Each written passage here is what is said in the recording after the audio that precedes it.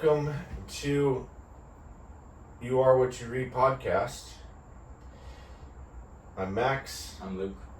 And we're still reading out of Become What You Are by Alan Watts. Last week's reading was a short yet a very in-depth chapter. Yep.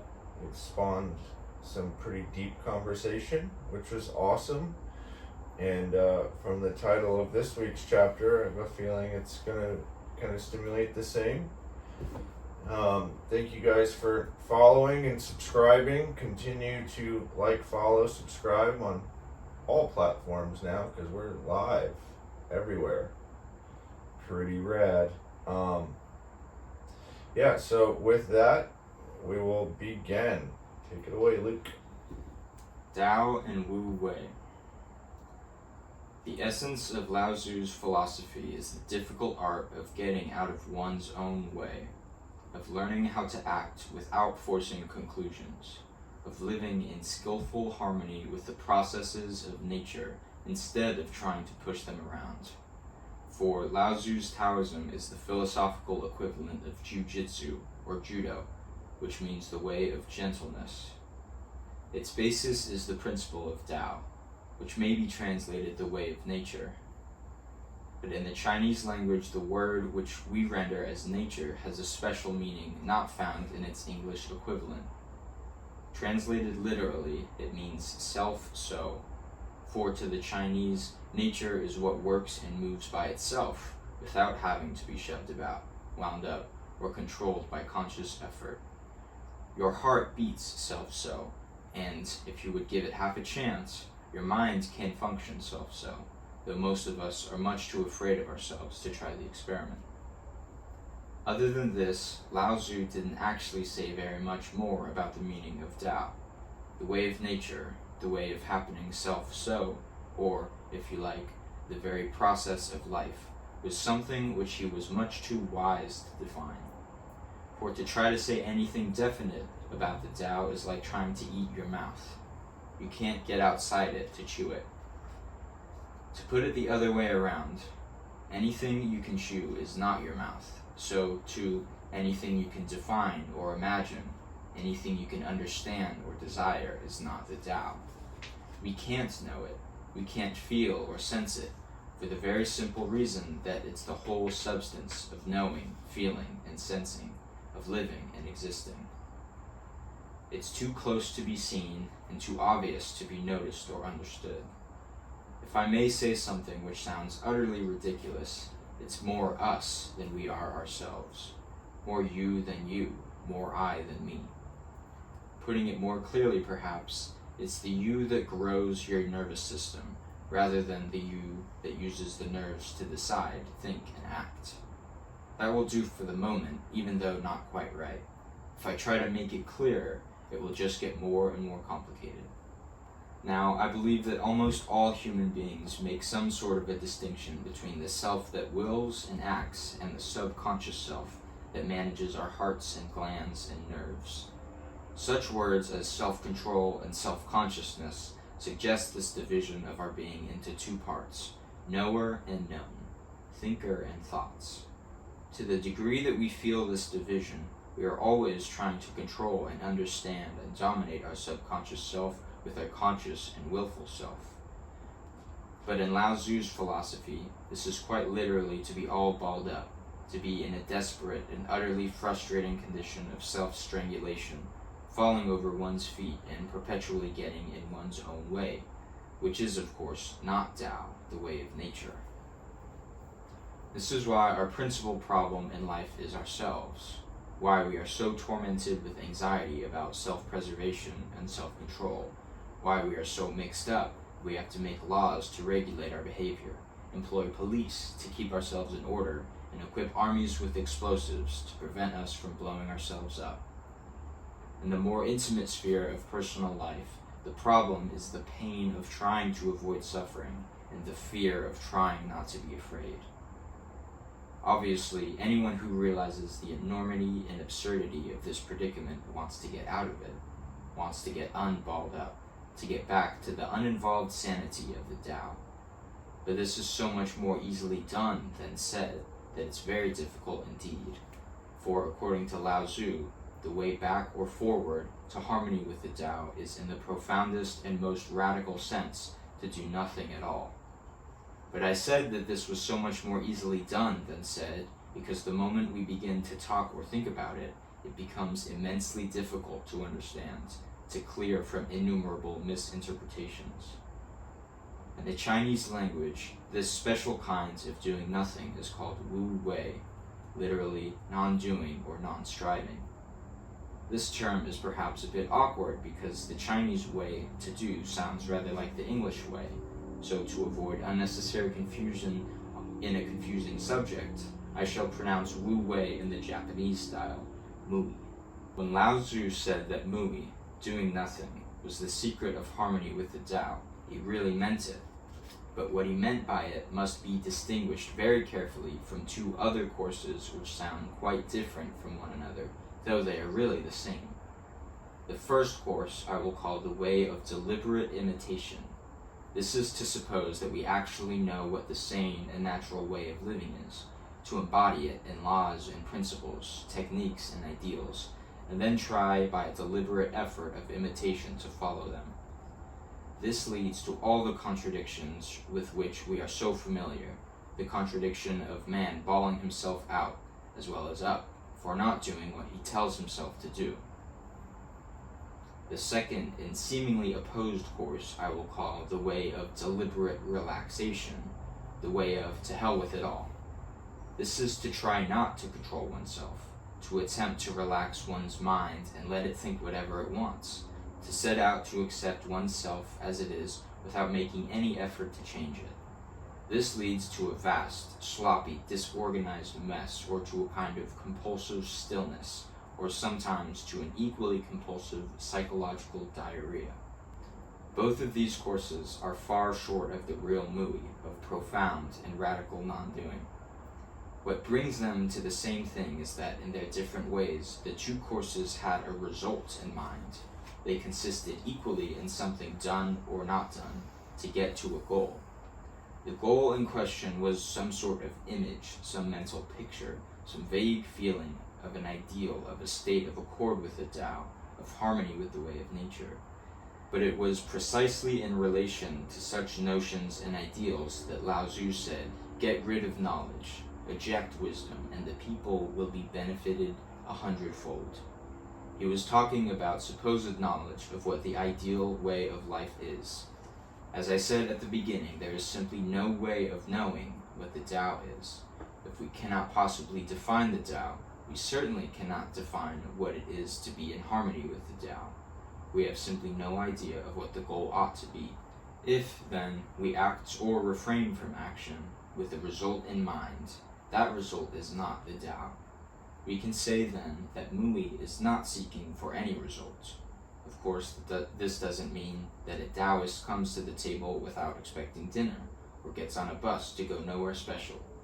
I am talking of results in the moral and spiritual sphere, such things as goodness, peace of mind, sanity, happiness, personality, courage, and so forth. Well then, is it possible for me to stop seeking for these results? Surely, the very question implies that I have still a result in mind, even if this is the state of not seeking results.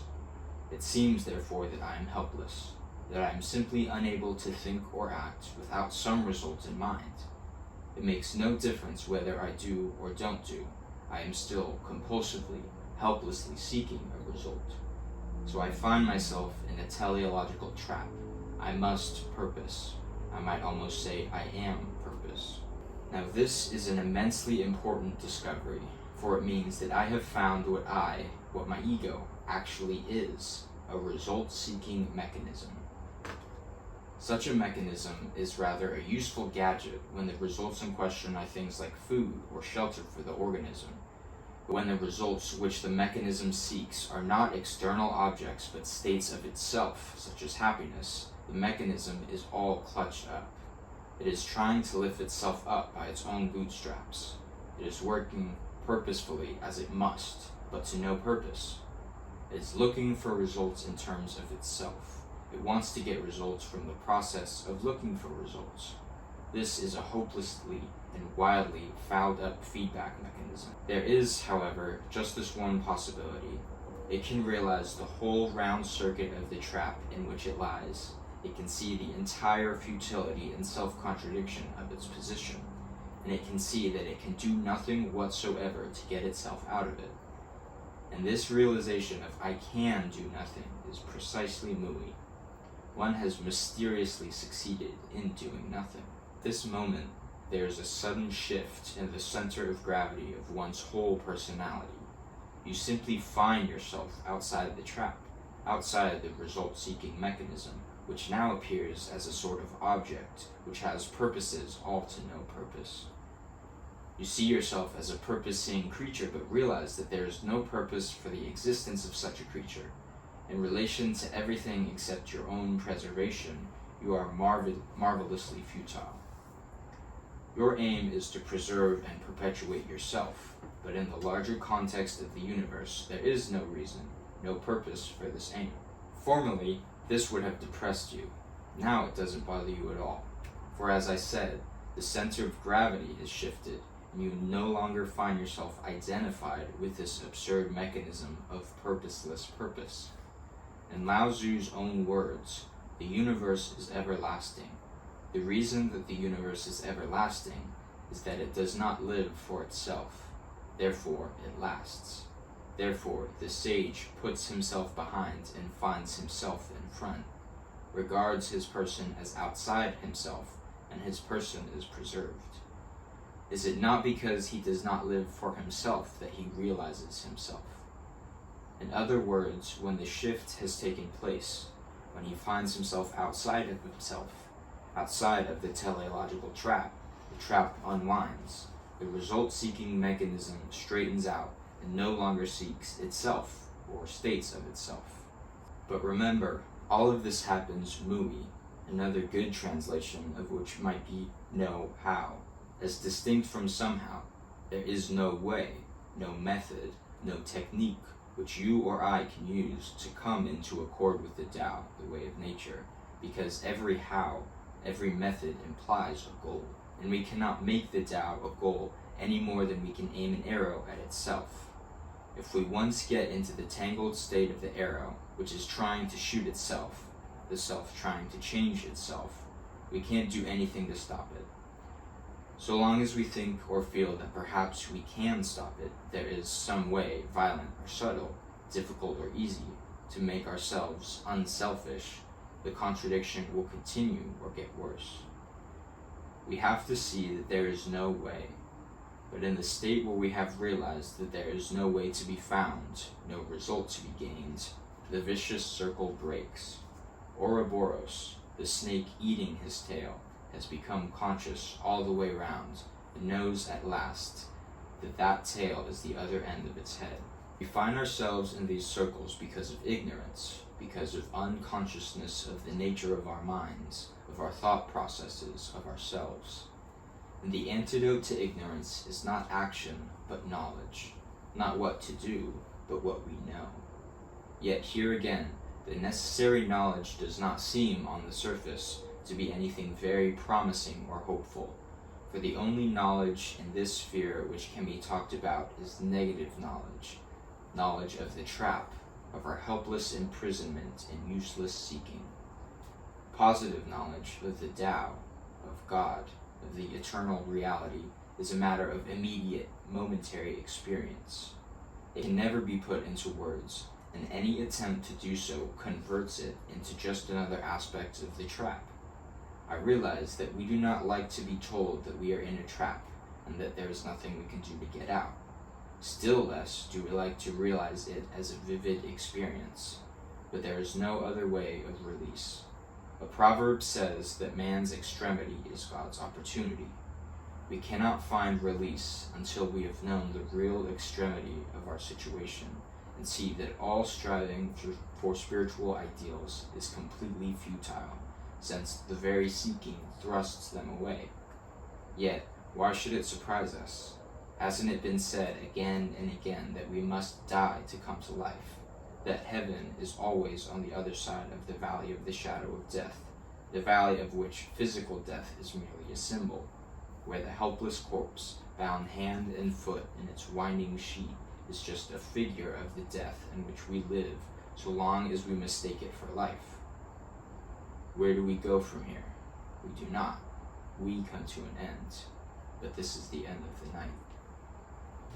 Well, that was a lot of information. It was a lot of information about nothing. Yeah. And that's the beauty in it. You said the only thing that can be talked about in this sphere is the negative. Correct. Describing what the trap is. Correct. And really just like the evolution of ego and realizing that ego is just trying to find a purpose to exist. Mm-hmm. It's trying to find the reason why. And once we stop asking why and not asking why, in that area exists true consciousness. Yeah. I don't even know that it's entirely possible to stop that, but I think in the human condition, no. Right. Part of the idea is to recognize that that's going on and that's going to continue to go on, but to be able to disassociate from that result-seeking mechanism. Yeah, and that's what the Tao and this is trying to teach, is not about the human. It's trying to teach you how to exist on the plane that has existed since the dawn of time, where humans have not. Yeah.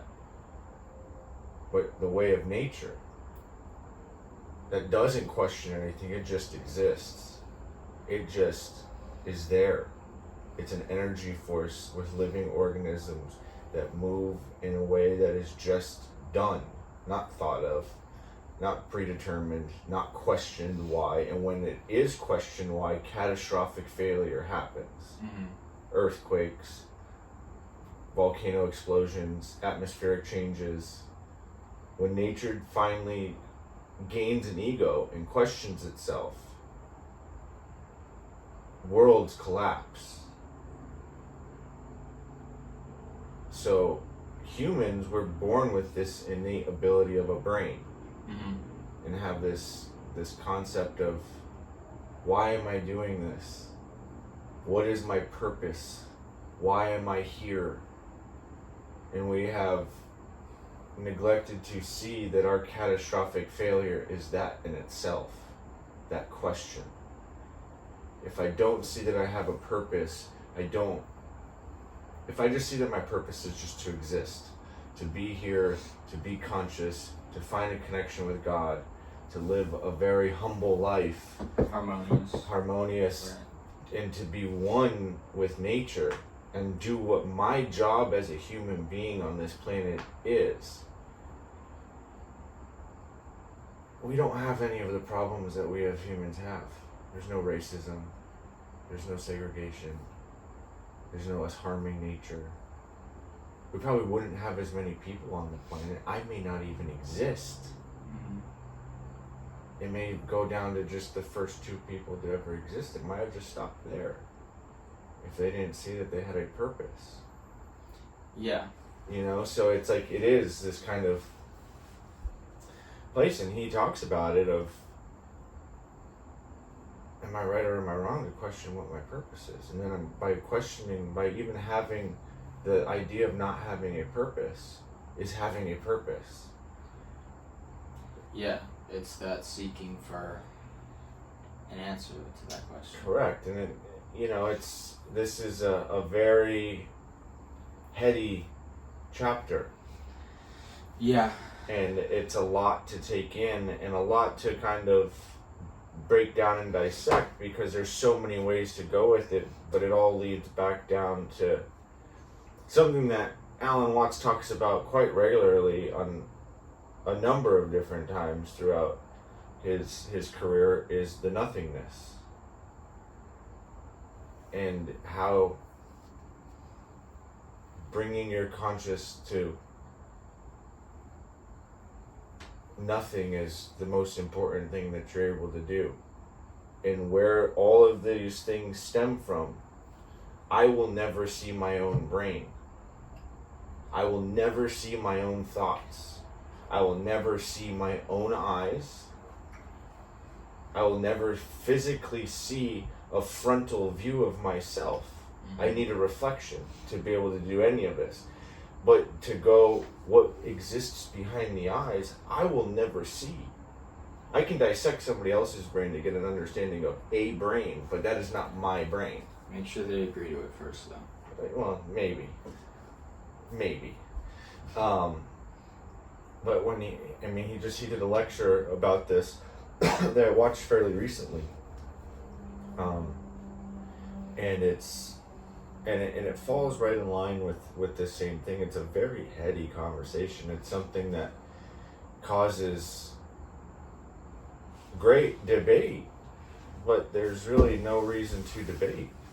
Okay, so I read this chapter yesterday Uh-huh. in preparation for today. Correct.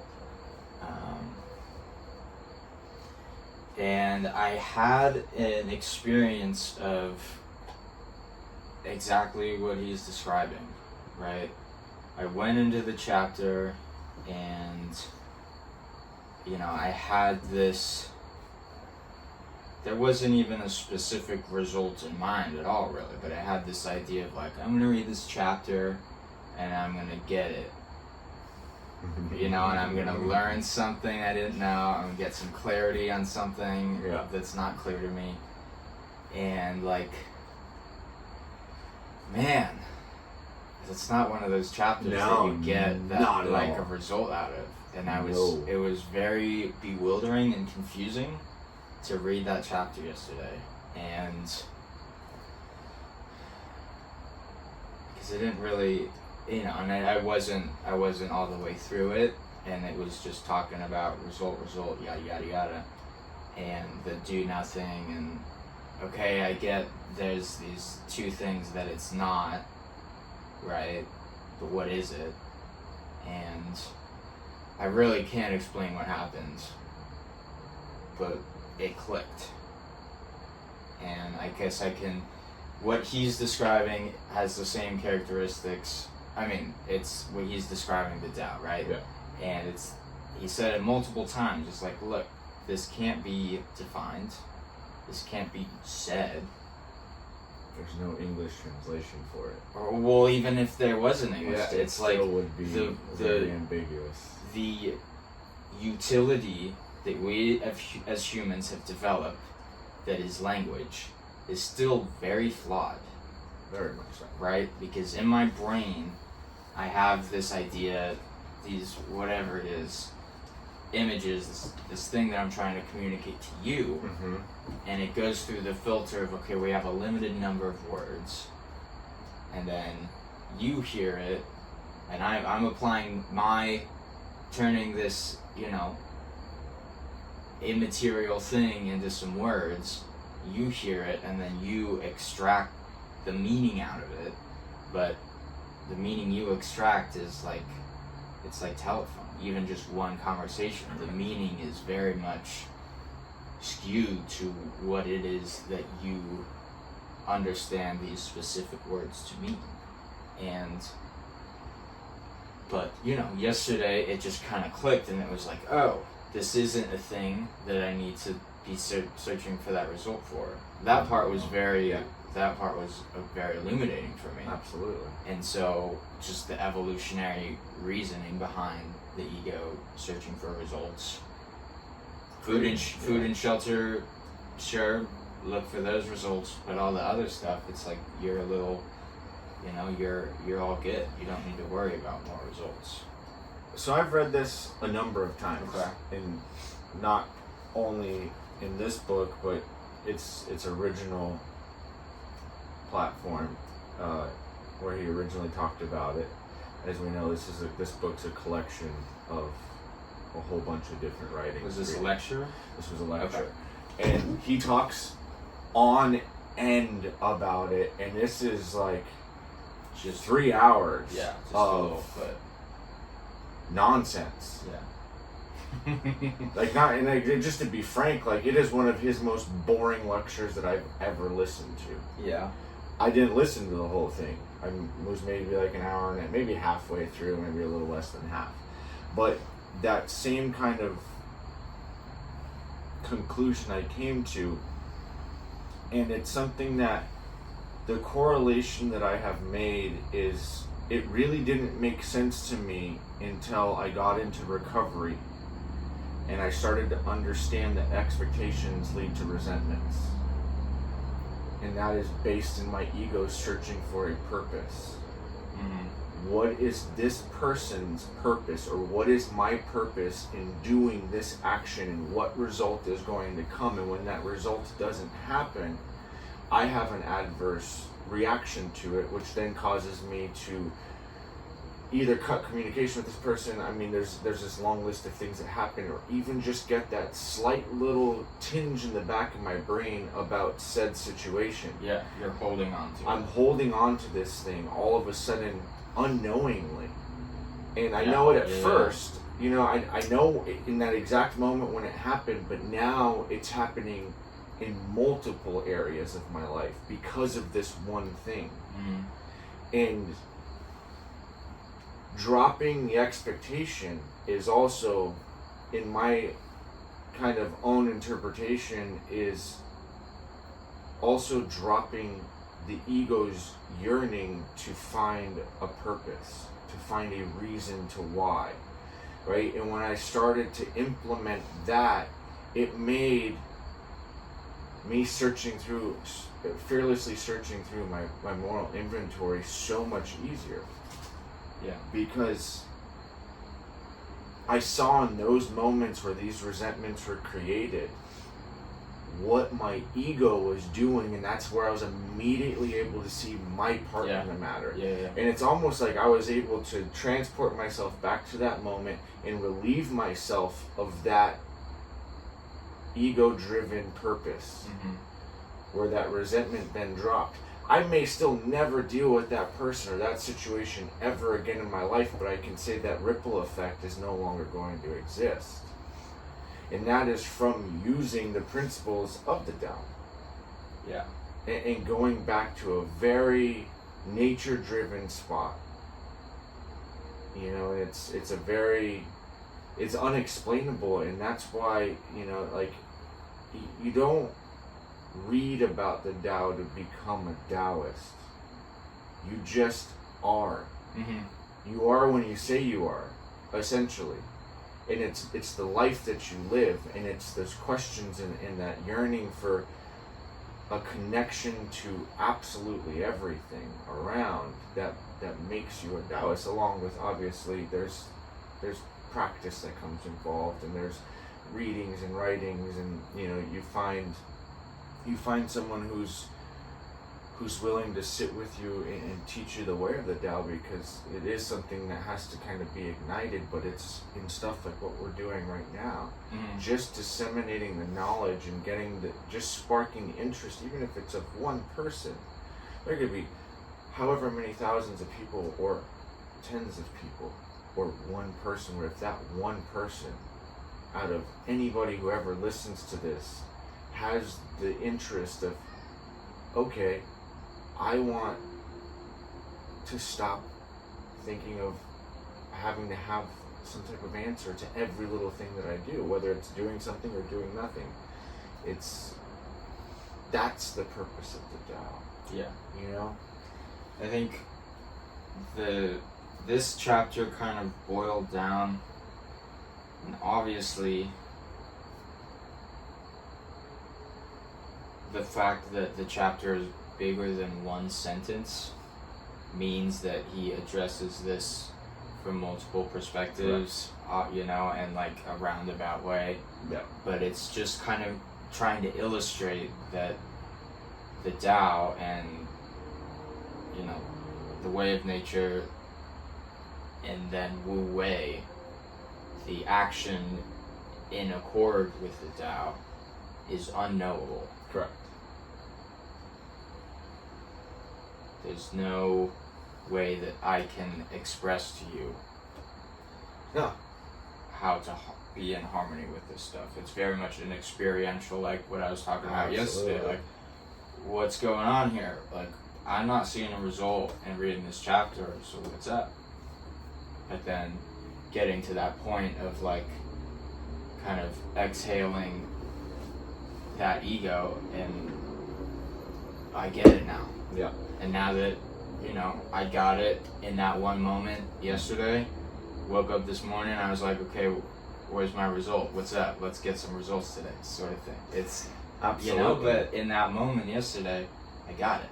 Yeah. And that's how it's always going to be. Yeah. It's going to be an ever-changing thing, because this is something that it's a lifelong lesson.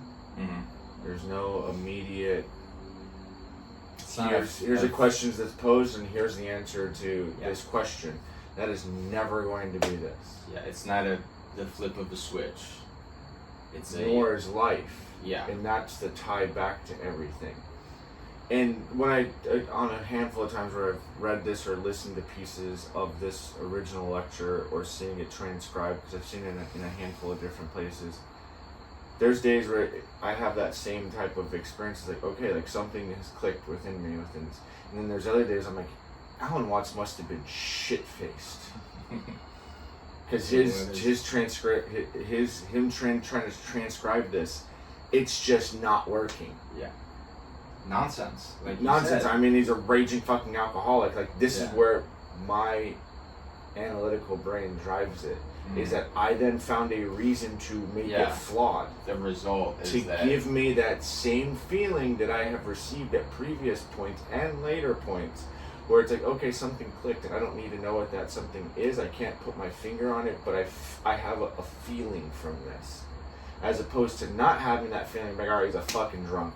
This must have been at the end, where everyone was worried that he was just going to die of alcoholism. His organs were shutting down. Mm-hmm. You know, like, but then after those times, and it's happened on a number of things from Alan Watts, where it's like I've listened to it one time or I've read it one time and it hits right where I need it to hit, and other times I'm like, this dude's just a fucking drunk who doesn't know anything that he's talking about. But what it comes down to is after that, then I find that correlation to myself. That somebody can listen to me one day and say, I really understand what this guy's talking about. And then they can listen to me another day and they're going to be like, I have no idea and I have no reality, because this dude's definitely a dope fiend. Yeah. You know, he's on a sick one. He's just going off on a tangent. Or even if, like, since you've been clean. Since Absolutely. I've been clean, sometimes you just I go on tangents all the time. It's like, wait, rein this shit in. What am I talking about? And even what are you talking about? Even at that point, like, even to have, with that being said, like, as clean, like, I can still go off it. I don't see it. Mm. It makes perfect sense up here, but it may, just kind of like as you were talking about, what's being put out there may make sense to me because it's my words. Yeah. My brain is constructing them, so it's constructing them in that way for a very exact reason that may not be picked up by 99% of the people. Yeah. Which is okay. Yeah. But it allows what, in this matter, and when what we've just read, what that allows to create is someone to see and question, did that make sense or did this not make sense? And either sit there and get angry about it or find some way to resent me for what I have said, or leave it alone and let the lesson be that just let this guy exist. Yeah. And that happens all the time. So there's sort of a note that I had, ties back to something we talked about last week. Okay. You basically illustrated the middle way as, you know, how it kind of practically is involved in your life is when you're trying to make a decision, there's like what you want to do, then there's what the world wants you to do, and the middle way is what God wants you to do. Correct. And that's he kind of illustrated those three options in explaining what exactly he's trying to mean, or let me put it more accurately, what he doesn't mean when he talks about the doing nothing, right? And so he has this, the guy who just fits into the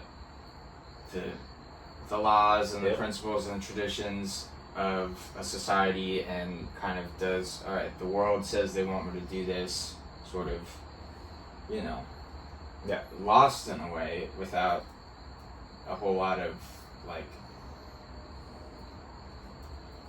self that is involved in their life. They're just like, okay, well, they accept you this. The other one is like, oh, you want me to do nothing? Okay. I'll do nothing. But then there's this place of like going through life like as an active force, but not trying to apply those. This is a result. This is like, oh, I know what the right answer is. When you say do nothing, you mean sit on the couch. It's like, wait, okay. No, you don't know what you're talking about. Let's like try and find in every situation, every single day is like, there's a new set of challenges. There's a new set of like, what is my internal monologue? What is my mood? Whatever that we get to navigate and be like, okay, let's try and be graceful with this.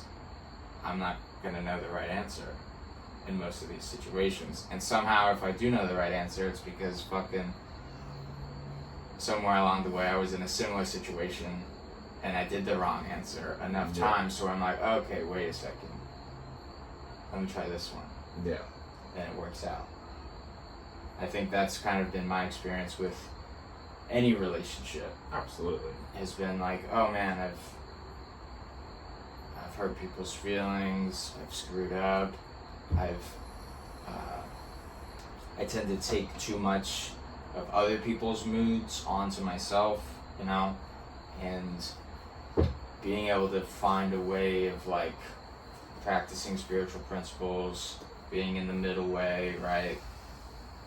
Doing that nothing. I'm not trying to superimpose my results onto the situation, and like, yeah, that's the learning process. Absolutely. I mean, this is all a learning process. Sometimes we gotta do stuff, sometimes we gotta do nothing. And yeah. It comes down to not acting in self-will. And I found in my experience that conforming with societal laws and then going the complete opposite direction of doing everything in my own way and driven by self and ego, those two ways don't work for me. But when I go past those and I seek guidance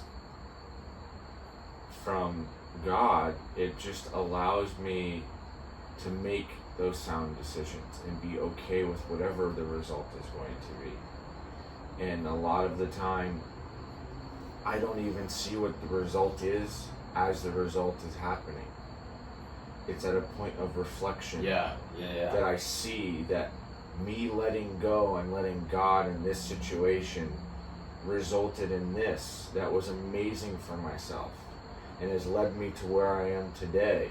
Mm-hmm. But that's reflecting at a point in my life where I wasn't sure which path I wanted to take, and both directions to me looked so skewed, but all of a sudden I found this really small, dimly lit path that was like encouraging me to go down it. Mm-hmm. And it was so quiet and so small, and at the time so insignificant, but became one of the pillars of my current life. Yeah. You know, and that's, to me, like one of the best explanations of the Tao that can be given. It's those moments where you've let go completely. You just go with the energetic flow of something. You have this innate feeling to survive, so you know that you're going to survive through this situation, that all is going to be okay if you just keep putting one foot in front of the other and not thinking about 1 foot, 2 foot, 1 foot, 2 foot, 1 foot, 2 foot, going back and forth and letting go and just existing in that moment and letting it become what you thought was going to be this huge thing becomes nothing. Mm-hmm. and becomes so insignificant at that moment, but then turns at a later point when you reflect back in journaling or meditation or just in a conversation with somebody, whatever the case may be, all of a sudden you see that moment where you were in this internal debate with yourself, that it turned out to be that really what you felt in that moment, this really insignificant action, catapulted you to levels that you never thought were possible. Yeah. Walking into the rooms. In that day that I walked back into the room, it wasn't like I knew this was going to be it. That day was something that, like, I didn't want to be alive. Yeah. In any way, shape, or form, but I let go. Mm-hmm. And everything I did throughout that day and the days since have been a little bit less of ego and a little bit more of God, and it has allowed me to be in the position that I am today. Yeah. So this result-seeking mechanism, it also seeks, it's somewhat implied, but it seeks to control these results, right? It's like, okay, that's the result. Now I need to generate this anxiety. We're going to go after this thing. I'm going to change that result or ensure that this exact result happens. And this isn't my experience has been like subduing that part, subduing the ego, right? The seeking of results, and then kind of letting the results happen, right? And it's like, okay, I subdue that part and I'm not so busy in my head trying to make sure this one specific thing that I think should happen, which the fuck do I know? Right?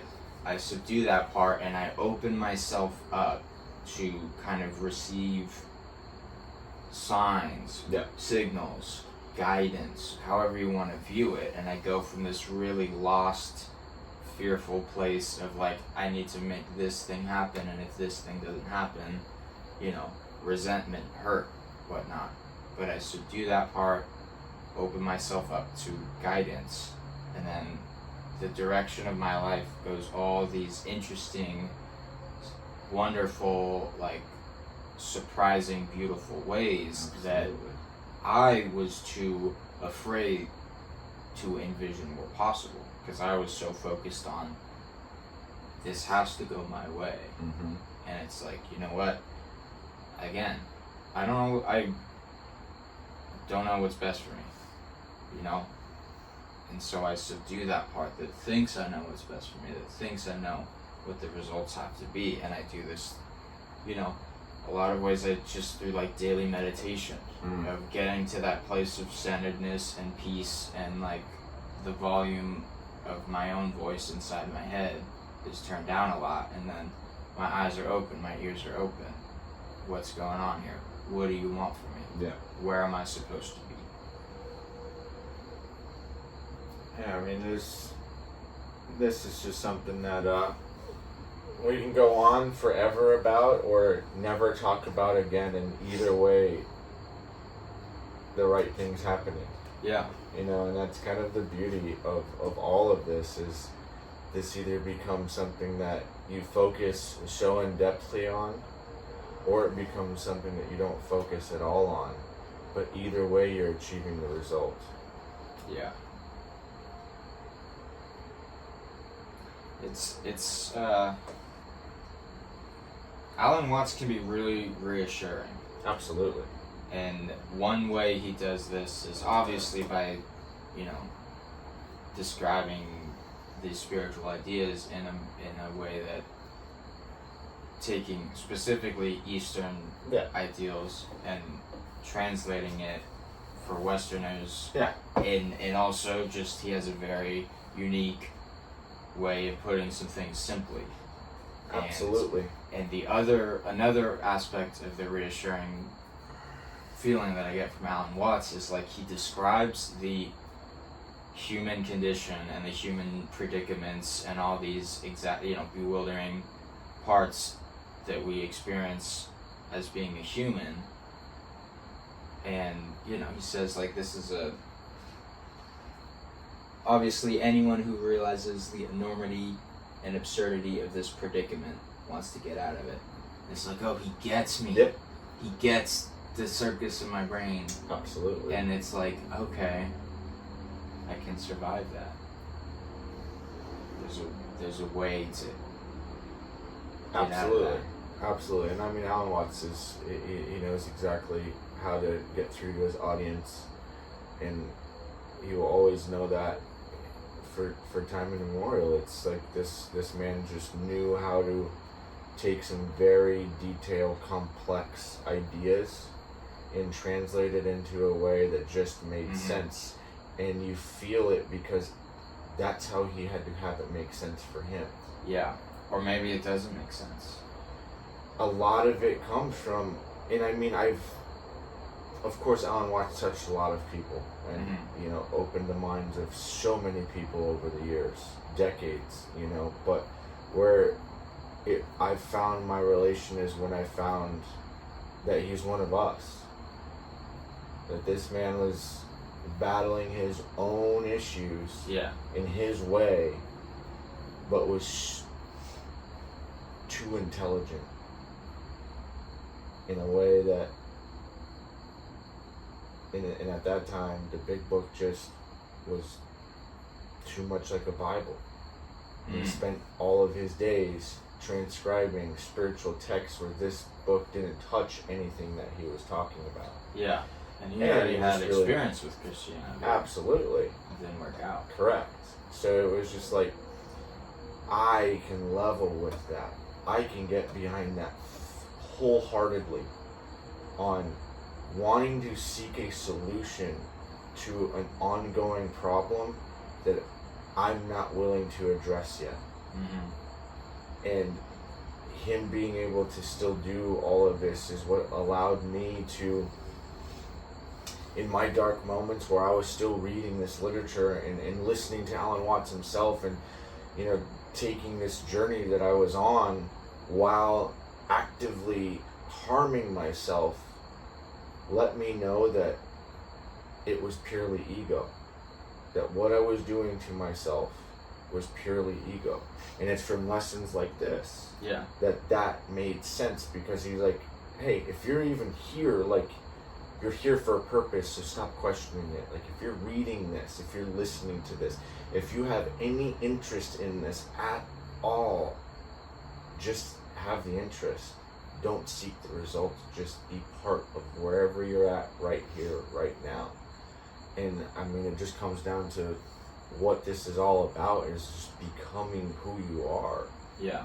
All of this stems directly from that guidance and seeking of who am I? Yeah.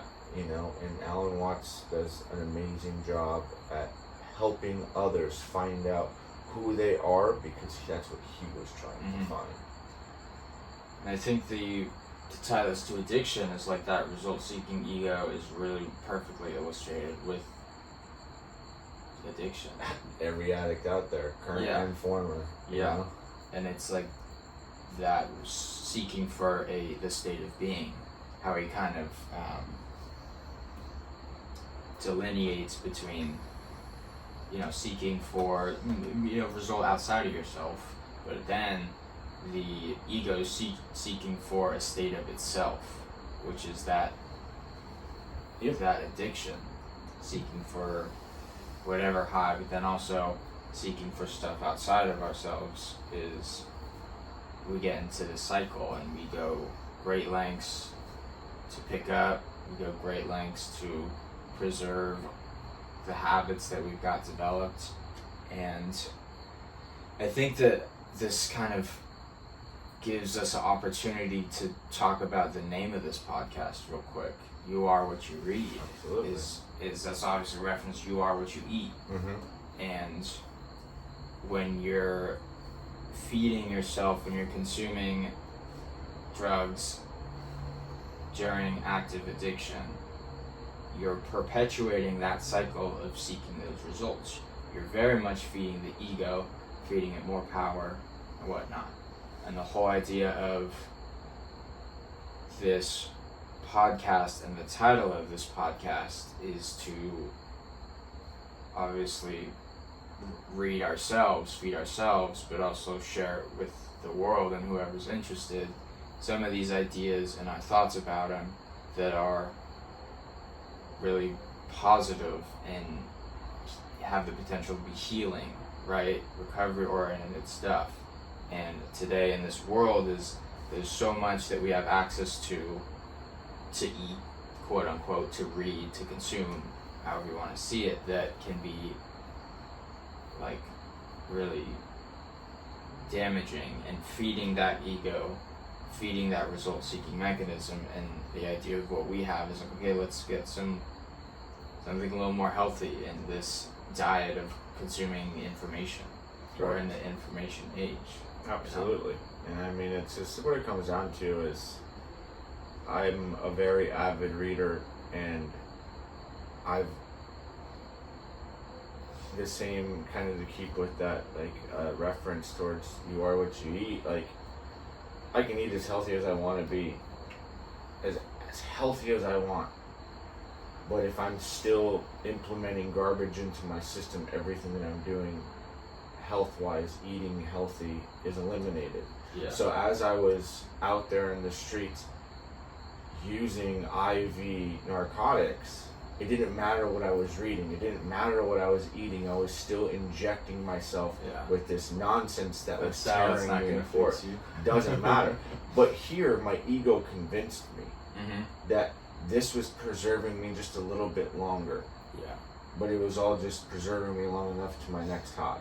Yeah. Now, I read with the same intention of using this to expand myself, expand the community around me, expand the world, to create unity, to create a complete chain of understanding that is fighting against the system of the Twitter, the Facebook, the Instagram, the YouTube, wherever you're listening to this, these same places that is plugging with constant politics, constant negativity, constant pain and utter nonsense that has been created, especially over the last 6 years. Yeah. These last 6 years have just been so gnarly in this state of information and what's transcribed and what's happened, that if we can take this, and my hopes is that you pick up a book that isn't about Donald Trump, or isn't about politics, or isn't about how to change the world, but how to change yourself, and how to become closer to your higher power. Understand yourself at a deeper, more intimate level, because then you will start to understand that if I don't have the same political beliefs as you, that's okay. We can still exist at one. If we don't have the same religious views, that's okay, because I'm okay with myself. I'm strong within me. And if you guys go out there and you pick up this book and you start to read and you start to gain that, the purpose of this podcast has been completed. Yeah. It is doing its job. Listening to an episode of this podcast, reading a chapter from this book, and as we continue we'll get on the different books, right? This is what I touched on it very briefly last week, is the butterfly effect within an individual's own universe, right? This is going to create some of this positive change and allow for a more peaceful existence, a more serene existence. And all this, it talks about the balled up enormity of our situation. It's man, is that, you want to feed into that, or you want to feed into being in accord with the Tao? And that's, you are what you eat, you are what you read. Correct. Well, with that, I want you guys to keep following. Appreciate the support, and we're out on all major podcast streaming platforms, YouTube. We'll start to gain a little bit of a social media presence here soon, and write your comments, read along, like, follow, subscribe, tell a friend, you know, help grow this so we can help others just like we're trying to help you. Yeah. And the whole, before we get into reading the book, if we start to get participation, we've reserved that time to answer questions. Take your guys' point of view. Yeah. Tell me what you got out of it. If you could explain this chapter better, please do. Yeah. You know, participate. This is growing a community of participation is what we're shooting out here for. Yeah. So thank you guys. See you soon.